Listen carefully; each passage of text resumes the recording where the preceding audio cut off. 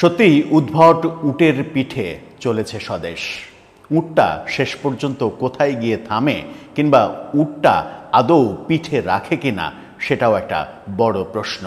সারা দেশে গত 13-14 মাসে চাঁদাবাজি, দখলবাজি, মামলাবাজি এই অভিযোগগুলো যখন রীতিমতো রাষ্ট্র হয়ে গেছে, যেগুলো দেশের গণ্ডি পেরিয়ে বিদেশেও খবর হচ্ছে, সেই আলোচনার মধ্যে যখন আমরা এরকম আলোচনা করছি যে এগুলো থামানো উচিত, কিভাবে থামানো যায়, থামানোর প্রক্রিয়া কি, এগুলো নিয়ে যখন আলোচনা হচ্ছে, তখন অদ্ভুত এক মন্তব্য আমরা পেলাম এক বিএনপি নেতার তরফ থেকে। এক বিএনপি নেতা স্বীকার করে নিলেন যে 5 আগস্টের পরে তার এলাকায় বিএনপি যত চাঁদাবাজি করেছে সেই চাঁদাবাজি করার অনুমতি তিনি নিজেই দিয়েছেন এবং ভিডিও ভাইরাল হয়েছে। কি হয়েছে, কি বলেছেন তিনি, কেন তিনি এটা বললেন, কি বাস্তবতা, আদতে রাজনৈতিক দলগুলোর বাস্তবতা কি এই চাঁদাবাজির ক্ষেত্রে, একটু বোঝার চেষ্টা করবো এই ভিডিওতে।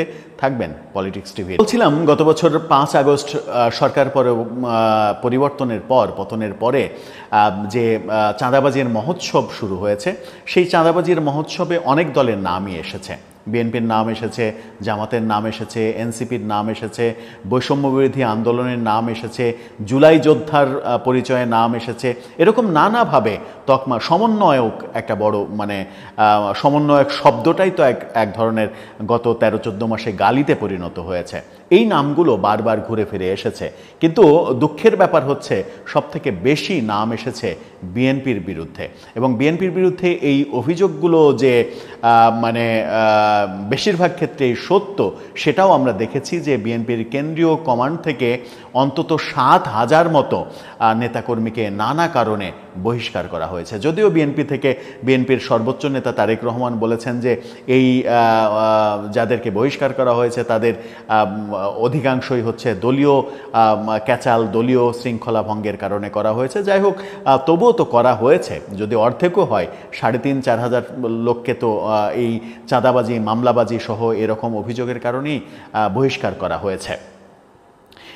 এই রকম মুহূর্তে বিএনপির এক নেতা তিনি বললেন যে 5 আগস্টের পরে যে চাঁদাবাজি হয়েছে সেই চাঁদাবাজি করার অনুমতি তিনি দিয়েছেন। কিন্তু আরও দুঃখের ব্যাপার, কয়েকদিন আগে আমরা দেখেছি যে বিবিসির সঙ্গে সাক্ষাৎকারে তারেক রহমান এই চাঁদাবাজির অভিযোগ প্রসঙ্গে তিনি বলেছিলেন যে এটাকে তিনি চাঁদাবাজি হিসেবে দেখছেন না, এটাকে তিনি দেখছেন যে দখল হয়ে যাওয়া সম্পদ, দখলবাজির প্রসঙ্গে যেটা এসেছে, দখল হয়ে যাওয়া সম্পদ পুনরুদ্ধারের চেষ্টা যখন বিএনপির নেতাকর্মীরা করছে তখন সেটাকে দখলবাজি বলা হচ্ছে। আদতে সেটা দখলবাজি না। আওয়ামী লীগের লোকজন গত 17 বছর 15 বছর ধরে দখল করে রেখেছিল, এখন তাদের পতনের পরে সেগুলো তারা পুনরুদ্ধার করছে। তারেক রহমানের এই বক্তব্যে বিএনপির যারা এই ধরনের ক্রাইমের সঙ্গে জড়িত তারা উৎসাহিত হয়ে যাবে কিনা সেই আলোচনাও ছিল। আমরাও এই ব্যাপারে কথা বলেছি। যাই হোক, বিএনপির এই নেতা কেন বললেন যে 5 আগস্টের পরে তিনি অনুমতি দিয়েছিলেন চাঁদাবাজি করার, সেগুলো একটু বুঝে ওঠা দরকার। সমকালের শিরোনামটা আপনারা দেখে নিতে পারেন। সেখানে বলছেন তিনি, নেতাকর্মীরা যে চাঁদাবাজি করেছে আমি তাদের করতে দিছি। বেফাস কথা বলে বিএনপি নেতা শান্টু আবারও আলোচনায়।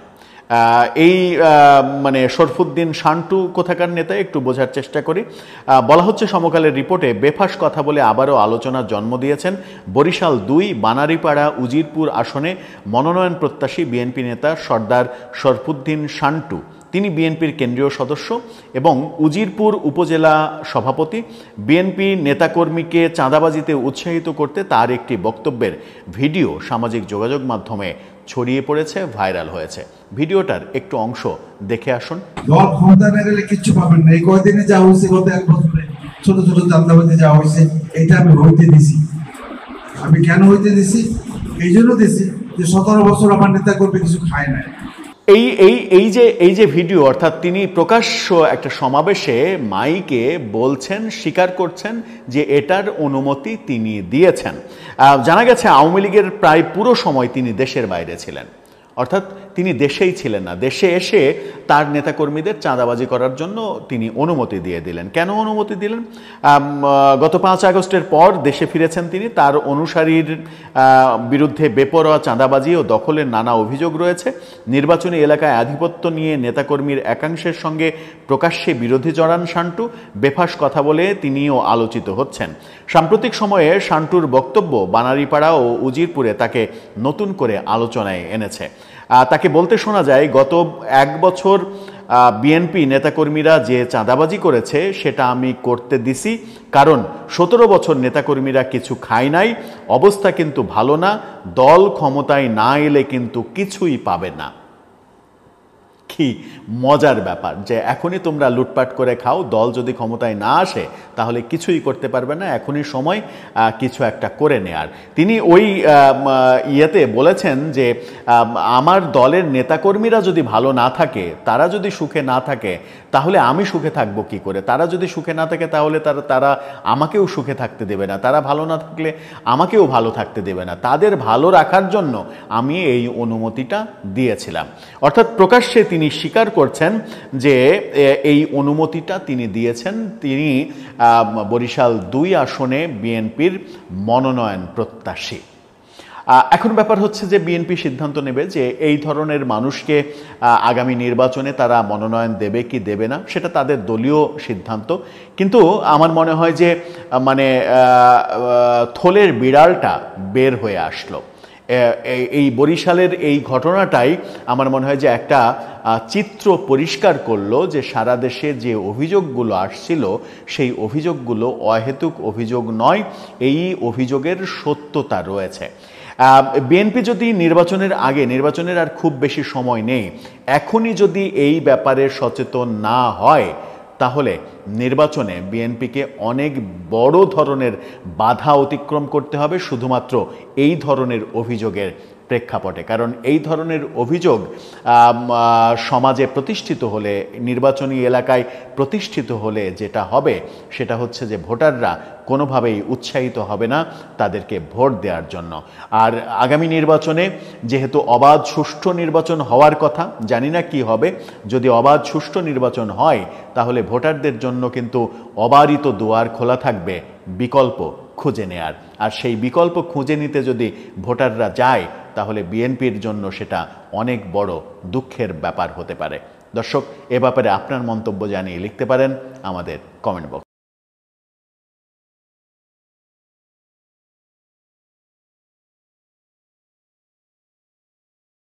দর্শক, এবার শাপলার সার্কাসটা বেশ জমে উঠেছে। শাপলা নিয়ে নির্বাচন কমিশনে যখন এনসিপির নানা ধরনের দেন দরবার হচ্ছে, নানা ধরনের হুমকি দেওয়া হচ্ছে, শাপলাই দিতে হবে, নির্বাচন কমিশন থেকে জানিয়ে দেওয়া হয়েছে শাপলা দেওয়া যাবে না, সেরকম মুহূর্তে আবার নতুন নাটক আমরা দেখছি। শাপলার দাবিদার আরও একটি রাজনৈতিক দল আবির্ভূত হয়েছে যারা শাপলার দাবি করছে। তারা বলছে শাপলার একমাত্র দাবিদার তারা, এনসিপি নয়। নাটকটা বেশ জমে উঠেছে। কারা এই কর্মকাণ্ডটা ঘটাচ্ছে, এর পেছনে উদ্দেশ্যটা কি, এবার টক্করটা ভালোভাবেই বেঁধে গেল কিনা, এই দাবির প্রেক্ষাপটে নির্বাচন কমিশনের আর কোনো উপায় থাকছে কিনা, এনসিপিকে দেওয়ার ইচ্ছা থাকলেও তারা আর দিতে পারছে কিনা, একটু বোঝার চেষ্টা করব নতুন এই নাটকটার মর্মার্থটা। এই ভিডিওতে থাকবেন পলিটিক্স টিভির নির্বাচন কমিশনে দাবি জানিয়েছে শাপলা তাদেরকেই দিতে হবে যদি শাপলা দেয়া হয়। কি বলছে গণমাধ্যম, যাই দিনের শিরোনামটা আপনারা দেখে নিতে পারেন। সেখানে বলা হচ্ছে এবার শাপলা প্রতীকের দাবিতে নির্বাচন কমিশনে বাংলাদেশ কংগ্রেস যারা নির্বাচন কমিশনের নিবন্ধিত দল, সেই নিবন্ধিত দল এবার দাবি করেছে শাপলা তাদেরকেই দিতে হবে। পেছনের ইতিহাস কি একটু জানা যাক, চলুন। জাতীয় ফুল শাপলাকে দলীয় প্রতীক হিসেবে বরাদ্দের দাবি জানিয়েছে বাংলাদেশ কংগ্রেস। দলটির দাবি তারা এই প্রতীক ব্যবহারের প্রথম দাবিদার। যদি নির্বাচন কমিশন শাপলাকে নতুন প্রতীক হিসেবে অনুমোদন দেয় তবে বর্তমানে ব্যবহৃত ডাব প্রতীকের পরিবর্তে তাদেরই অগ্রাধিকার দিতে হবে, তাদেরকেই শাপলা দিতে হবে। গতকালকে সকালে প্রধান নির্বাচন কমিশনার এম নাসিরউদ্দিনের কাছে এই বিষয়ে আনুষ্ঠানিক আবেদনপত্র জমা দিয়েছেন দলটির মহাসচিব অ্যাডভোকেট ইয়ারুল ইসলাম। আবেদন জমা দেওয়ার পর তিনি সাংবাদিকদের বলেছেন, বাংলাদেশ কংগ্রেস প্রতিষ্ঠার শুরু থেকেই শাপলা আমাদের রাজনৈতিক পরিচয়ের প্রতীক। জনগণের সঙ্গে এই প্রতীকের গভীর সম্পর্ক রয়েছে। আবেদনে উল্লেখ করা হয়েছে 2013 সালে দলটির প্রতিষ্ঠা লগ্ন থেকেই শাপলা ছিল বাংলাদেশ কংগ্রেসের লোগো ও প্রচারপত্রের প্রতীক। তবে 2017 সালে নিবন্ধনের আবেদন করার সময় নির্বাচন কমিশন জানায়, জাতীয় প্রতীক হওয়ায় শাপলা দলীয় প্রতীক হিসেবে ব্যবহার করা যাবে না। পরে বিকল্প হিসেবে দলটি বই প্রতীক প্রস্তাব করে। পরবর্তীতে সুপ্রিম কোর্টের রায়ের ভিত্তিতে বাংলাদেশ কংগ্রেসের নিবন্ধন অনুমোদিত হলেও গেজেটভুক্ত প্রতীকের তালিকায় শাপলা না থাকায় কমিশন তাদের ডাব প্রতীক নিতে বাধ্য করে। তারা বলেছে যে ডাব প্রতীক নিতে তাদেরকে বাধ্য করা হয়েছে শাপলা না দিয়ে। এই প্রসঙ্গে অ্যাডভোকেট ইয়ারুল ইসলাম বলেছেন, আমরা সব সময় নির্বাচন কমিশনের নিয়ম মেনে চলেছি।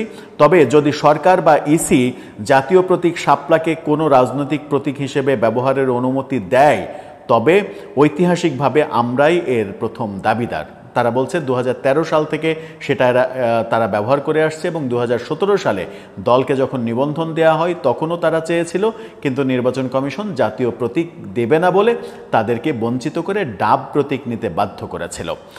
আবেদনে আরও বলা হয়েছে, সাম্প্রতিক সময়ে অন্যান্য রাজনৈতিক দল থেকেও শাপলা প্রতীক চাওয়ার খবর পাওয়া গেছে। তাই বাংলাদেশ কংগ্রেস মনে করে এই প্রতীকের ঐতিহাসিক ব্যবহার ও দলের পরিচয়ের স্বার্থে তাদেরকেই প্রাধান্য দেওয়া উচিত। নির্বাচন কমিশনের একজন কর্মকর্তা জানিয়েছেন, আবেদনটি কমিশনের রেকর্ড শাখায় গ্রহণ করা হয়েছে এবং বিষয়টি পর্যালোচনার জন্য সংশ্লিষ্ট বিভাগে পাঠানো হয়েছে। পরবর্তী সিদ্ধান্ত কমিশন বৈঠকে নেওয়া হবে। খেলাটা জমে গেছে। তার মানে এই যে বাংলাদেশ কংগ্রেস যখন এই আবেদনটা করলো এবং তারা যথেষ্ট প্রমাণ হাজির করেছে, তারা দলের শুরু থেকে জন্ম থেকে 2013 সাল থেকে শাপলা প্রতীক তাদের লোগো হিসেবে ব্যবহার করেছে, তাদের প্রতীক হিসেবে চেয়েছে। 2017 সালে তাদেরকে শাপলা দেয়নি, না দিয়ে ডাব দিয়েছে। অর্থাৎ ঐতিহাসিকভাবে এর আগে আমরা দেখেছি নাগরিক ঐক্য তারাও শাপলা চেয়েছিল। তারা দাবি করছে নাগরিক ঐক্যর আগে থেকেই তারা শাপলার দাবিদার, সুতরাং শাপলা দিতে হলে তাদেরকেই দিতে হবে, এনসিপিকে শাপলা দেওয়ার কোনো অবকাশ নেই। খেলাটা জমে গেল। এরপরেও কি নির্বাচন কমিশন শাপলাকে তাদের প্রতীকের মধ্যে আর আনতে পারবে? প্রতীকের মধ্যে আনলে যদি বাংলাদেশ কংগ্রেস আদালতের শরণাপন্ন হয় তখন কি হবে? নাকি আদালতও এনসিপির পক্ষেই কথা বলবে? দর্শক, আপনার